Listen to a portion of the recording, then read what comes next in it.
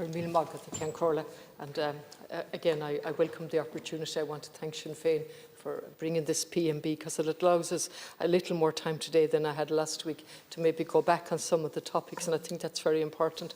I also think the motion, and indeed the amendment to it in part, is good, and that we've acknowledged all the good work on the ground, and I think that's been set out clearly, and that's very important. And I also want to acknowledge that the latest update that we've got as of today after 5 o'clock was that the ESB networks, they said all of the power will be back by tonight, and that's particularly welcome if they succeed in doing that.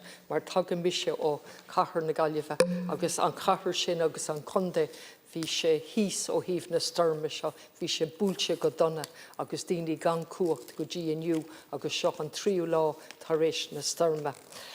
Agus in anón na haibria agus an méid aibre atá déanta ag na agrachtaí ar an talamh, tá sé solar dumsa nach raibh pleanar bithí gceist í áiríre. Agus tá súlagam go mbeidh cíl ceannaithe agan inis as an méid atá fólama agan an uair seo. And I have no interest in criticising people, and we've set out how much work has been done on the ground, but it's clear that this government and previous governments have not learned from the fact that we've declared a climate emergency, a biodiversity emergency, and also a pandemic that we were ill-prepared for with our infrastructure on every level. And so what I'd like to see arising out of this is that we will learn. And I quoted the last time very briefly, and again I just refer to it because it's extremely important. The Annual Review 2024, Preparing for Ireland's Climate Change, the Climate Change Advisory Council.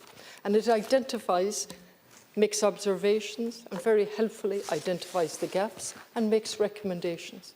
And one of them that jumps out following on from my colleague here, Deputy Healy, is the inadequate resourcing of the local authorities, to mention a lot more. But it's set out here in black and white for us, and it's been set out every year. And so while this storm was unprecedented, we knew well that storms were going to come and get worse. And as I understand it, there were 11 named storms alone in 2023, the warmest year on record, followed by 24. So we either actually make our words mean something in relation to having declared a climate emergency, or we might as well give up. And this report, amongst many other reports, very helpfully points out as well the cost of not doing something.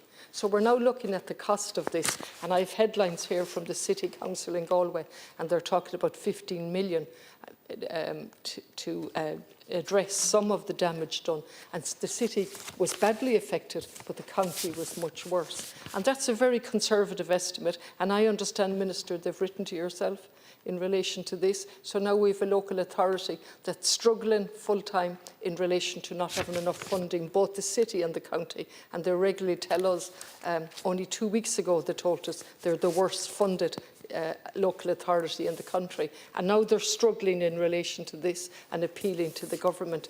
And then on top of that, we have all the confusion that exists in relation to the schemes. And like with COVID, the government has done great work in helping, but the confusion as to who will benefit from that under the humanitarian assistance, or whether businesses will, and so on. Total confusion in relation to that. And then I read out some of the 7 headings that a local doctor kindly put together to highlight what should have been done, and the fact that it wasn't done, it should be done in the future. And it's building on the resilience of communities themselves to be able to withstand a storm like this and worse in the future. And if we learn that, Minister, I'd be happy. But my experience in here and my experience from institutions is they don't learn. And they have to be forced and reactive. And what this report is telling us, we have to stop that and we have to be proactive. Because not alone will the costs of dealing with the damage be extraordinary, but more importantly, the costs of not dealing with it.